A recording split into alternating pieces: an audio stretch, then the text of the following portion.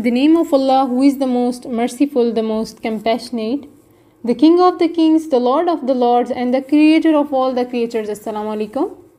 First of all, I want to introduce myself. My name is Nafisa Zulfikar, and I am a motivational speaker and article writer also.